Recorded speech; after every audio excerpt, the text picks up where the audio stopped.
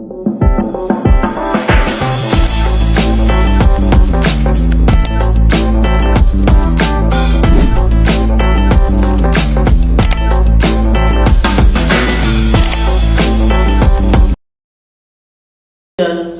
datang di Buka Jalur, ruang ngobrol yang membantu kamu menembus rimba dunia perkuliahan. Oke nih teman-teman semua, kita nih kehadiran dua bintang tamu kita dari Unesa Bisnis Digital. Yang pertama boleh perkenalan dulu dari Kak Novi dulu.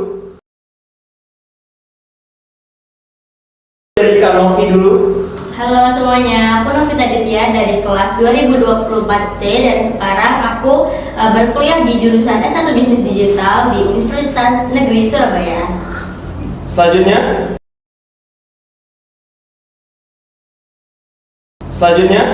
Halo semuanya, aku Afra, aku dari Bisnis Digital dari kelas 24G dan sekarang aku juga sedang berkuliah di Bisnis Digital Unesa. Oke. Tepuk tangan dulu dong kita semua. Nah, gimana nih Kak perjalanan tadi menuju ke sini? Perjalanan gimana? Aman kah?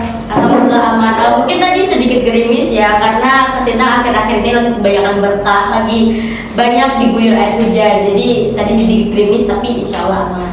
Oke, Kak Afra gimana tadi perjalanannya? Tadi aku sempat hujan sih, jadi aku nunggu Gojek lama. Oh gitu. Oke. Mungkin boleh nih Kak sharing-sharing dulu nih dari Kak Novi ini tadi jalur apa dan Kak Afra jalur apa?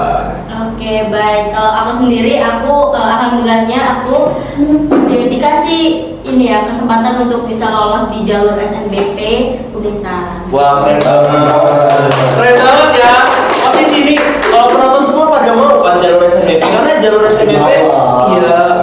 SNBP itu paling mudah gitu ya karena penantian selama 3 tahun bersekolah dan akhirnya bisa mendapatkan eligible dan bisa masuk ke Universitas India gitu. Boleh Kak Afra jalur apa kan boleh tahu? Afra jalur apa? Gimana santai-santai karena ini bukan kuliah. Sharing aja. Kalau aku jalur SNBT sih Kak. Wah keren banget nih. Pokoknya dua-duanya bintang tamu kita hari ini keren-keren semua. Gacor. Ayo Afra lanjut. Aku kan jalur SNBT jadi harus tes dulu. Nah sebelum tes itu aku di Unesa ini aku pilihan kedua sih. Wah pilihan pertama itu apa tuh Pak? Di UNER. Wah apa tuh jurusannya? Manajemen UNER. Wah keren. Aku juga pengen tuh Kak manajemen UNER juga. Iya betul. Tapi rezekinya di Unesa di kita. Iya. Terus di Kak Afra ini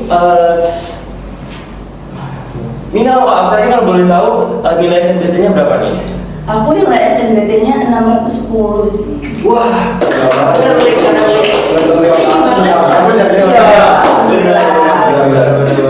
boleh, Malik ada pertanyaan nih soal jalur-jalur. Perihal tadi kan udah mengetahui nilai SNBT dari Kak Afra dan Kak Novita ya.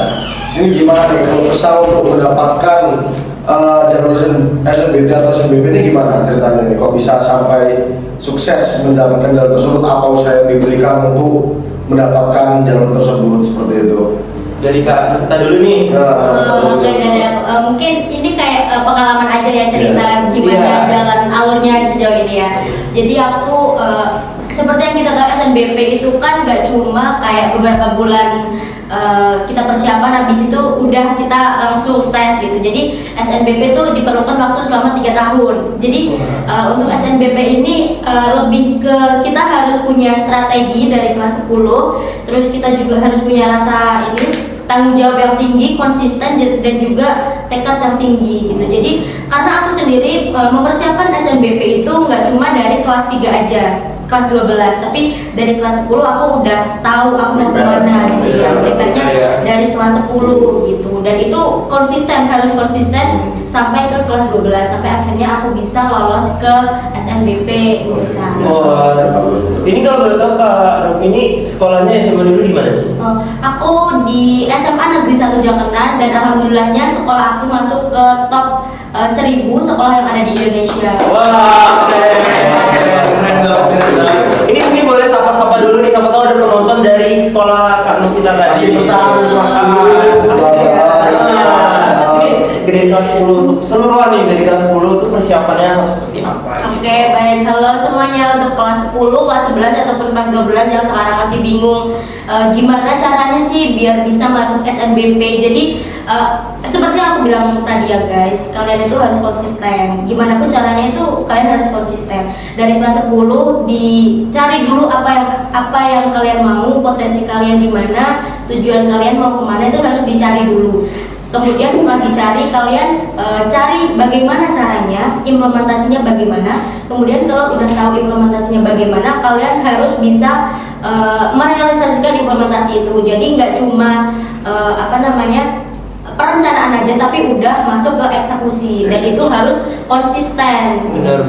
Kuncinya di situ ya? Kuncinya konsistensi. Betul, harus konsisten dari kelas 10 sampai ke kelas 12. Oke, boleh dilanjut ke Kak Afra nih. Pasti juga penonton semua pasti pada penasaran juga nih, jalur SNBT itu seperti apa dan perjuangan yang harus dilewati itu seperti apa? Kalau aku kan SNBT ya, SNBT kan tes, jadi mungkin persiapannya aku ikut kursus online gitu. Aku dulu ikut kursus di ruang guru sih. Atau untuk ruang guru. Ruang guru mungkin boleh masuk kali ya, ruang guru. Terus lebih banyak latihan soal aja, tryout. Aku ngikutin beberapa tryout yang ada di Instagram gitu, ikutin juga tryout di ruang guru juga aku selesaiin semuanya itu sih. Oke. Tapi dari Kak Afra sendiri dari apa sih namanya? Ini kayak apa sih namanya? Kayak mata pelajaran itu apa sih istilahnya? Matkul. Sub materi. Iya kayak sub apa namanya? Oh yang kayak TPA. Ya TPA ya. Kalau TPA-nya nih yang paling susah itu menurut Kak Afra apa? Itu sih. Yang matematika apa sih namanya? PK apa? Iya, PK. Pengetahuan Oh iya, itu sih yang PKPK itu sih yang agak aku susah, jadi terus. Oh, dari situ berarti Kak Afra mencoba latihan terus nih, latihan matematika karena emang dasarnya tuh kalau matematika tuh emang harus dilatih terus ya. Apalagi aku sendiri kan nggak suka hitung-hitung kan, jadi kayak Siapa nih yang relate nih yang gak suka hitung-hitung nih? Pasti banyak nih. Masih banyak juga nih teman-teman. Tapi dari Kak Novita dan Kak Afra ini apa? PA tadi namanya? TPA. Ya TPA yang paling sulit itu apa kira-kira dari Kak Novita dulu? Yang menyulitkan. Oke. Kalau aku sendiri aku kan SNBP, tapi alhamdulillah dari kelas 10 pun aku udah ikut bimbel. Jadi aku bimbel dari kelas 10 sampai kelas 12 itu untuk bimbel persiapan UTBK. Jadi aku kayak di SMA itu aku udah nekatin diri aku sendiri tuh untuk prepare masuk ke perguruan tinggi karena dari awal aku memang mau kuliah gitu kan. Jadi selain aku memperjuangkan di di SNBP, yaitu dengan cara aktif di mata kuliah, di mata pelajaran, kemudian aku juga ngerjain tugas itu bener-bener yang niat banget, terus nanti aktif di kelas, terus nyari-nyari pengalaman lomba dan lain-lain. Aku juga ikut bimbel yang khusus untuk rencana ke perkuliahan gitu. Nah, jadi selama 3 tahun aku bimbel itu latihannya bimbelnya itu seminggu 2 kali. Seminggu 2 kali itu di tahun pertama dan kedua. Jadi selama 2 hari itu aku ya tiap hari belajar untuk soal-soal UTBK gitu. Ada TK aku lupa, ada PU pengetahuan umum, ada PK itu tadi yang dikasih tahu. Dan emang kalau menurut aku yang susah emang PK. Betul, karena kalau bahasa Inggris itu kan masih bisa ada susunannya, ada tips dan triknya. Tapi kalau untuk matematika itu emang kita harus paham konsepnya. Jadi yang pertama itu kalau kesulitan untuk rumusnya kan banyak banget ya. Rumusnya tuh banyak banget. Jadi kita harus paham konsep. Gitu, paham konsepnya bagaimana, terus banyakin latihan-latihan soal biar kita itu sudah terlatih dengan soal-soal itu gitu. Jadi untuk mengerjakannya juga bakal lebih mudah kalau kita udah terbiasa dengan soal itu. Dan pastinya soal-soal kayak gitu tuh nggak yang beda banget kok guys tiap tahun itu, selama yang aku tahu ya. Jadi aku kemarin itu latihannya itu ya dari soal-soal yang soal-soal hots yang ada di tahun-tahun sebelumnya. Ya dibuat pelajaran karena yang akan keluar ya nggak jauh dari itu gitu. Benar. Oke, berarti ini pengalaman dari Kak Novi ini sendiri ya walaupun SNBP tapi paham juga nih gimana jalur dari SNBT tersebut gitu. Nah mungkin di sini aku mau nanya juga nih Kak Afra sebagai jalur SNBT pasti ini kan ada ketika Kak Afra melakukan perjalanan nih berusaha untuk belajar pasti putus semangat gitu-gitu karena di sini ada nggak kakak momen yang dimana benar-benar aku harus belajar dan aku harus tetap semangat. Nah itu motivasinya seperti apa? Ada sih, itu hal yang kayak gitu udah pasti ada sih, hal terpuruk atau waktu lagi hilang semangat itu pasti ada. Aku di waktu itu tuh pas ketolak SNBP sih, jadi kayak aku harus belajar lebih giat lagi nih buat persiapan SNBT. Jadi aku langsung ikut kursus, aku langsung ikut tryout, belajar terus gitu sih. Wah, kayak gitu. Berarti lebih ditekankan untuk apa ya, tidak menyerah Ya, betul. dan terus mencoba hingga sampai pada saatnya keberhasilan gitu kan. Ya benar-benar. Mungkin nih kita mau bahas-bahas sedikit nih, mungkin cerita-cerita dulu kali ya. Kita cerita-cerita dulu experience selama kuliah ini seperti apa sih? Mungkin dari maba sampai akhirnya sampai sekarang yang mungkin udah di pertengahan semester ini kita udah merasa adaptasi nih sama lingkungan baru nih. Nah mungkin dari Kak Novi dulu ceritanya gimana nih dari maba sampai Untuk cerita aku selama semester ini ya, dari maba sampai sekarang. Kalau kesahnya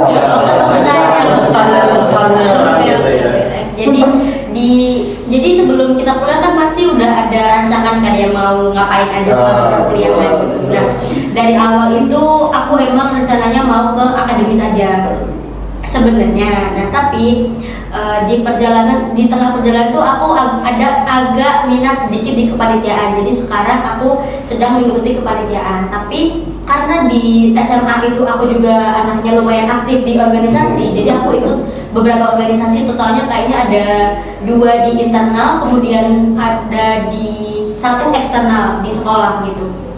Jadi mungkin karena aku udah burn out kali ya sama organisasi itu, maksudnya kayak mau hal yang baru. Jadi aku rencananya di perkuliahan itu mau fokusin ke lomba-lomba, nanti ke kegiatan-kegiatan workshop atau nanti ke pelatihan gitu. Oke. Dari Kak Afra sendiri gimana ya? Kalau aku rencana awal sebelum masuk kuliah emang rencana mau kuliah sambil kerja.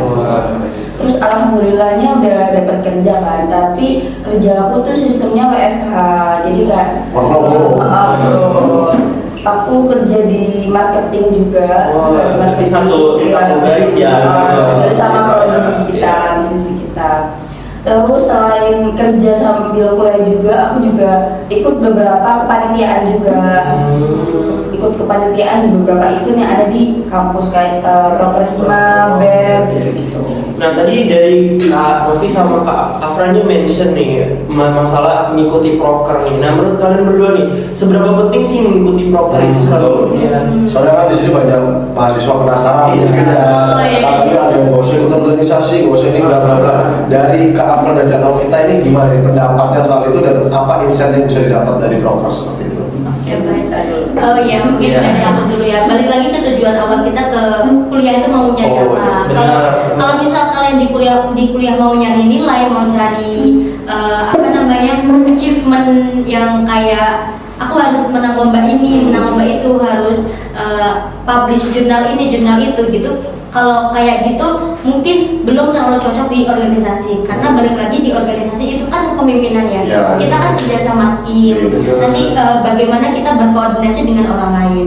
Nah tapi untuk kalau misal tujuan kita di kuliah itu mau melatih skill kita buat berkomunikasi, buat kepemimpinan, dan juga buat bekerja sama dengan orang lain, itu sangat cocok menurutku. Karena balik lagi, aku kan emang organisasi di SMA, kemudian di kepanitiaan ini dengan wajah-wajah baru, dengan manusia-manusia baru, kemudian dengan kepribadian yang juga baru ya, kayak banyak kepribadian yang di kuliah ini yang belum pernah aku temuin sebelumnya. Jadi kayak ada ya ternyata orang seperti ini ya. Jadi Jadi aku belajar gimana caranya aku bisa menghadapi orang-orang kayak gitu, yang sebelumnya belum pernah aku tahu, belum pernah aku hadapi, tapi aku belajar gitu.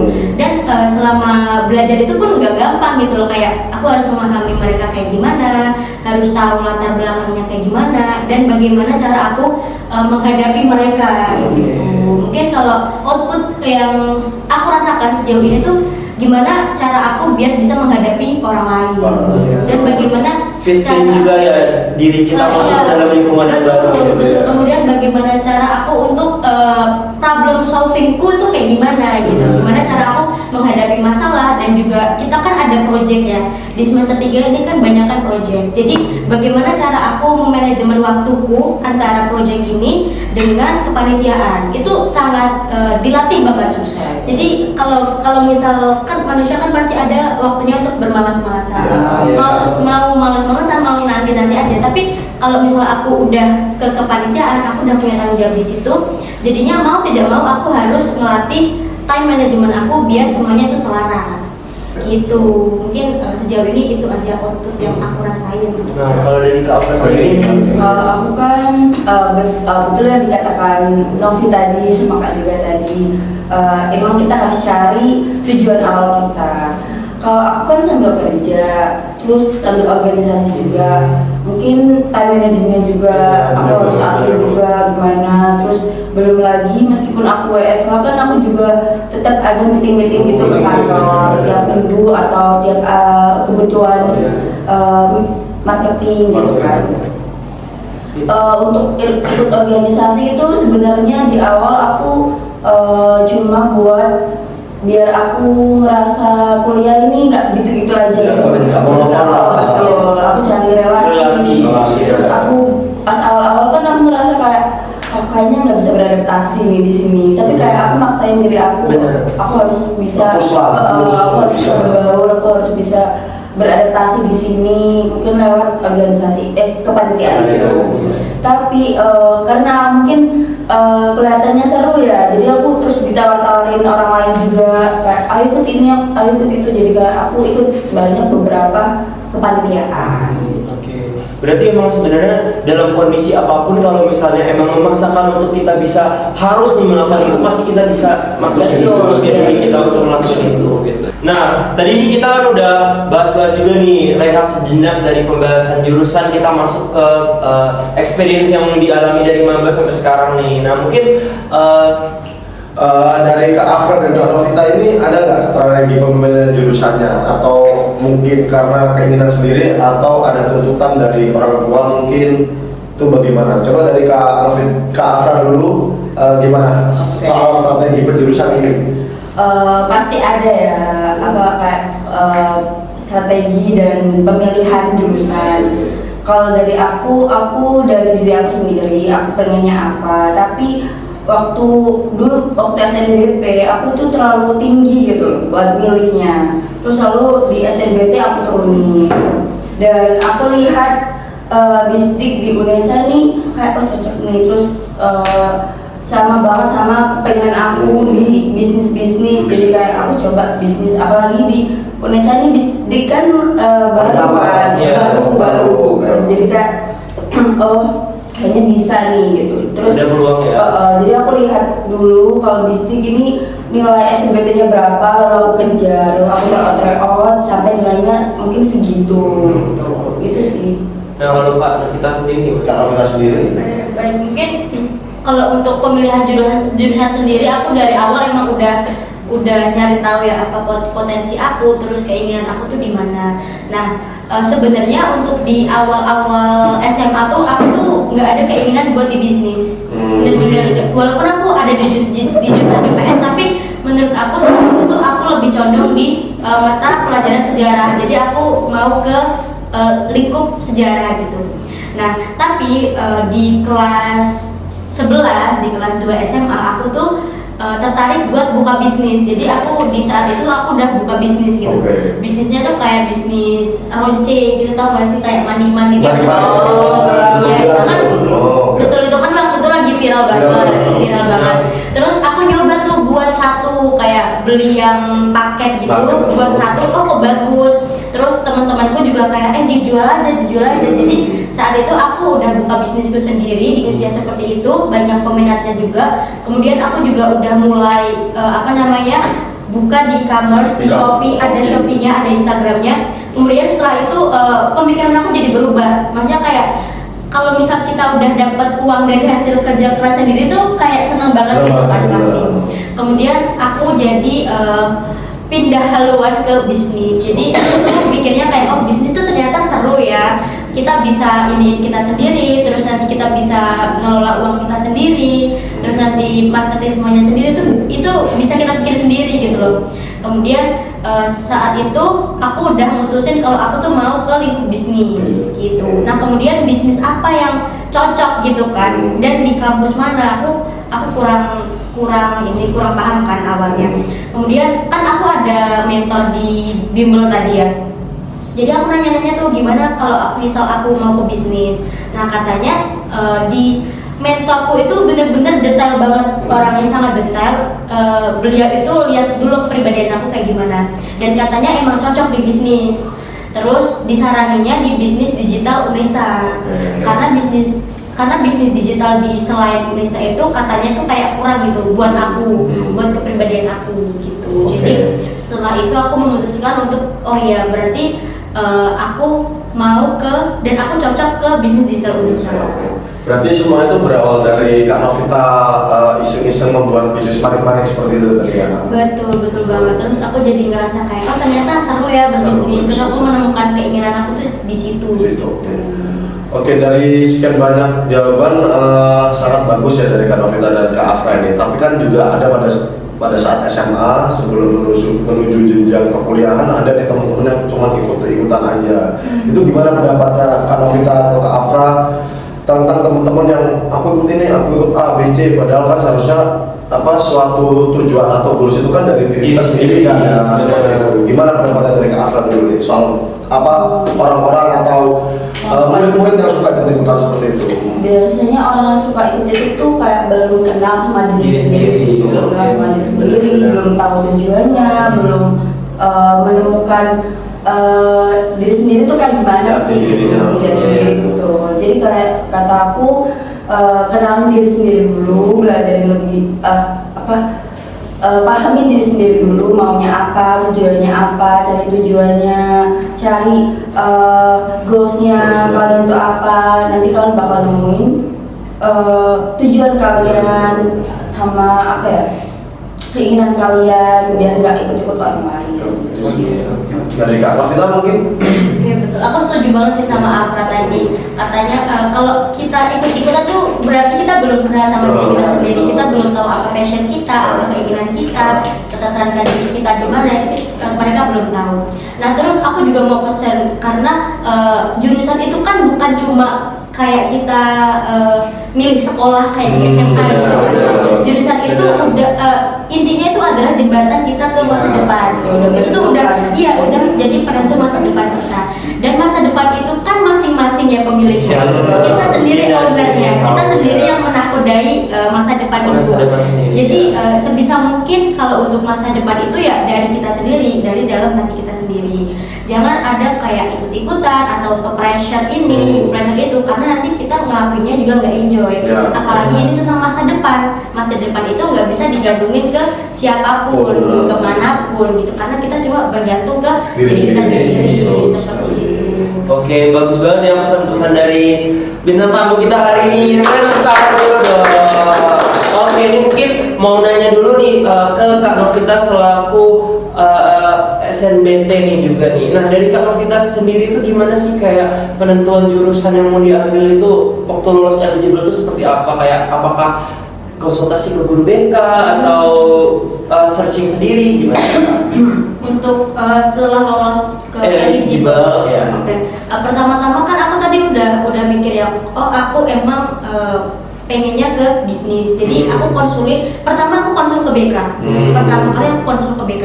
Nah terus aku bilang aku mau ke bisnis dan ke univ mana gitu, aku bertanya kan. Tapi menurutku respon dari BK-nya itu kurang, karena saat itu di BK itu malah bukan menuntun aku ke bisnis, padahal itu passionku, tapi malah mereka menuntun ke jurusan lain yang emang udah yang menurut mereka emang udah Nilainya bisa masuk. sesuai ya. Iya.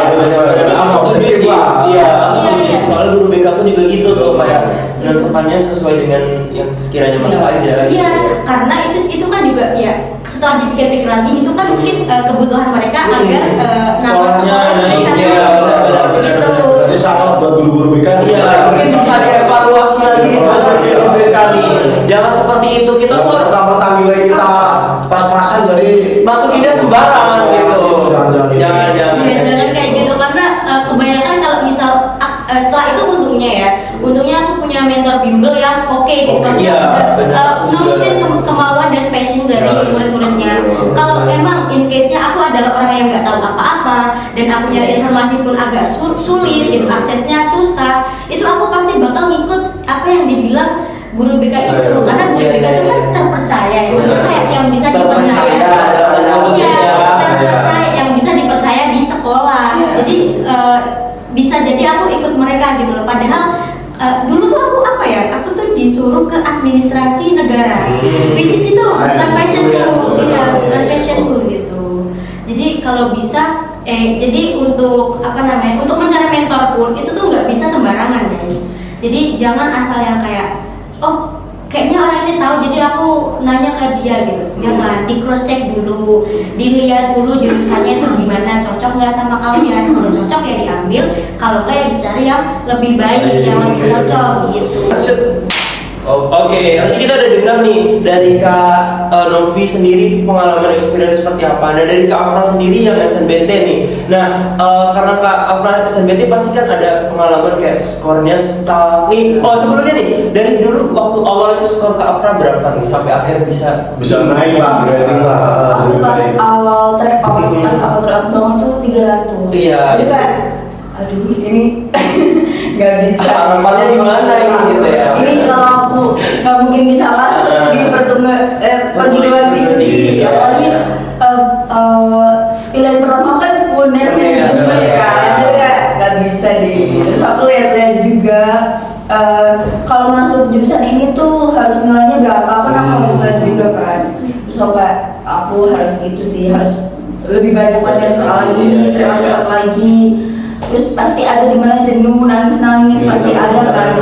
Dulu aku capek, gak bisa nggak sih ini tuh nggak usah pakai jalur tes, bisa nggak langsung masuk aja gitu. Tapi kan nggak bisa kan, jadi kan harus tryout lagi. Berarti itu motivasinya tuh apa yang benar-benar Kak Afra yang kayak apakah dari orang tua juga memikirkan kayak oh ini orang tua harus bikin bangga atau gimana gitu? Yang ditanamkan. Iya, Itu pasti sih aku harus kayak aku harus Bahagiain. ya ngebanggain orang tua aku. Terus kan di keluarga aku kebetulan tuh kan kakak aku kan swasta semua kan, jadi kan aku nggak mau sih masuk swasta, jadi ada motivasi sendiri gitu. Jadi aku harus masuk negeri yang pengennya PTN, jadi aku ngejar banget gitu. Itu sih yang jadi motivasi aku buat nge-push nilai UTBK. Layoutnya. Tadi kita udah tahu nih motivasi dari Kak Novi dan Kak Afra. Yang tadi Kak Novi SNBP itu berarti kebanyakan motivasinya berarti dari guru lesnya ya, dari kakak lesnya ya, dan dari Kak Afra sendiri itu tadi dari motivasinya pasti orang tua dan diri sendiri gitu. Nah mungkin selanjutnya nih pertanyaannya nih, apa sih prioritas belajar yang utama gitu, mata pelajaran apa kalau dari SNBP sendiri untuk masuk ke FEB? Oke.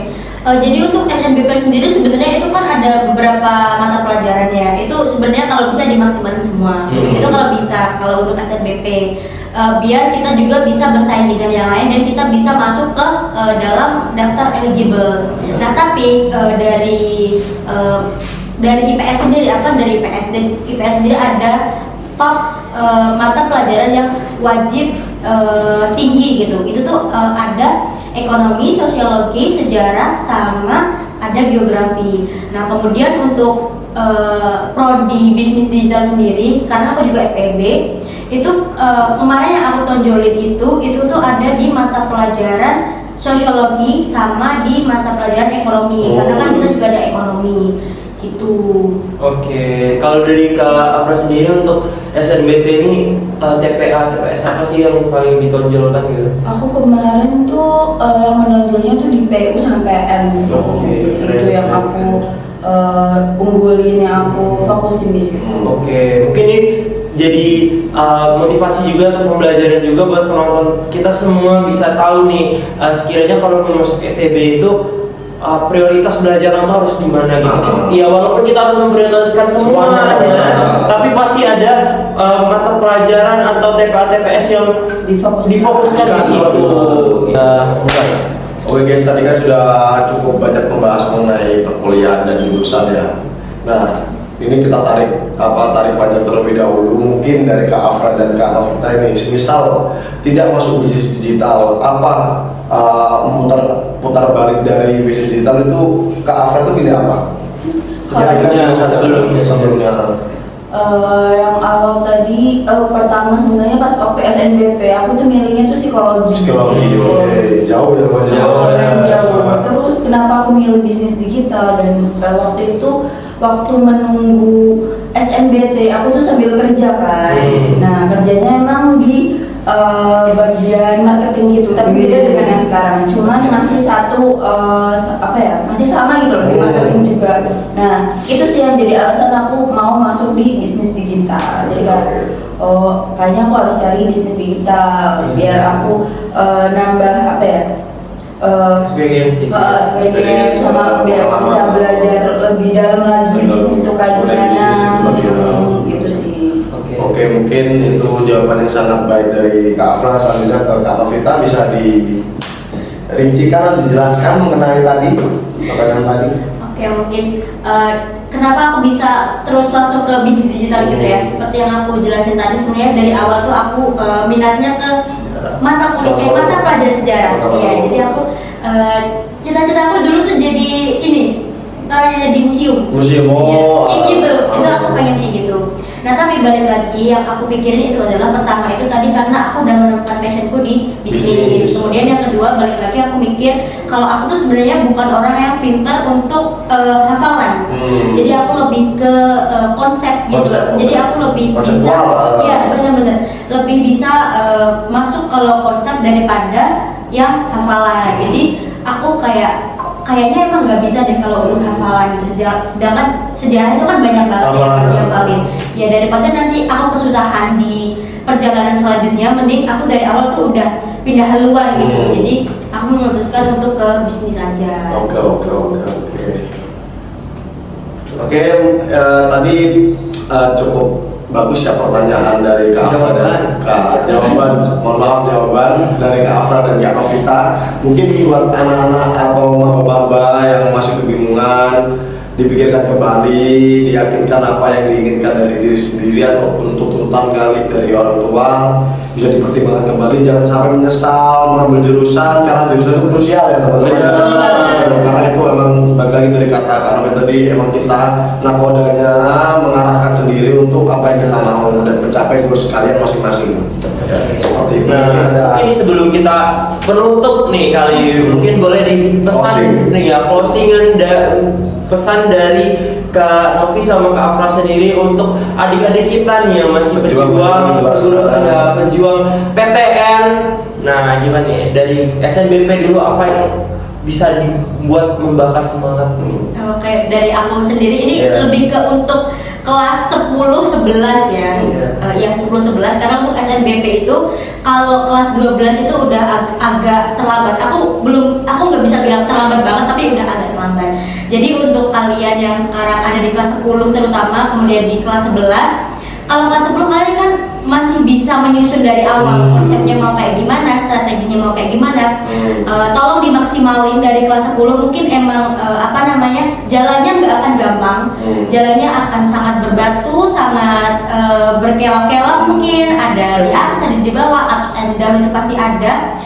Kemudian burnout itu juga pasti ada, tapi tolong lagi ketika kalian lelah gitu, ketika kalian mau menyerah aja, kalian bisa balik lagi ke awal tujuan kalian itu apa sebelumnya. Ingatlah tujuan kalian di awal tuh gimana, bagaimana kalian itu mau memulai hal yang mau kalian mulai gitu. tolong lebih konsisten, dikonsistenkan lagi apa yang sudah kalian mulai.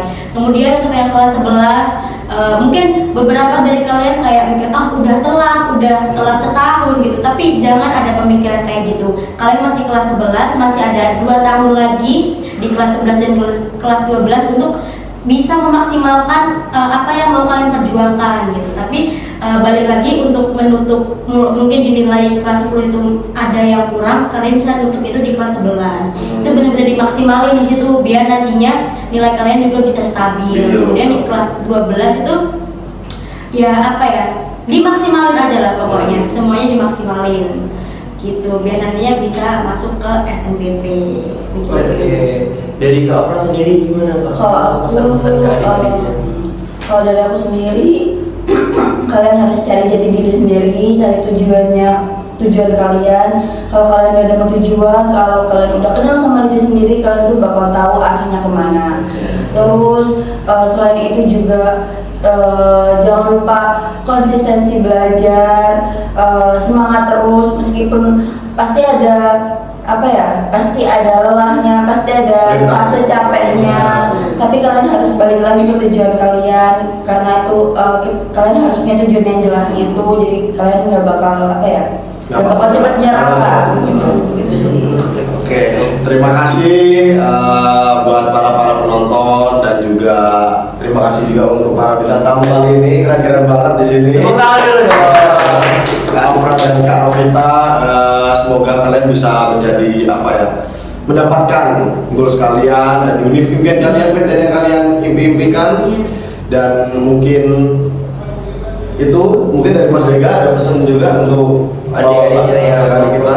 Nah, untuk adik-adik semua ini mungkin dari podcast ini kita belajar nih tentang pencarian jati diri, tentang kita tuh emang beneran harus kenal sama diri kita sendiri, karena aku ngerasa dari pembahasan yang kita bahas selama podcast ini tuh selalu membahas tentang diri sendiri gitu, karena apa yang kita lakukan itu akan balik ke diri kita sendiri, apa yang kita perjuangin akan balik ke diri kita sendiri, dan sejatinya musuh terbesar adalah diri kita sendiri.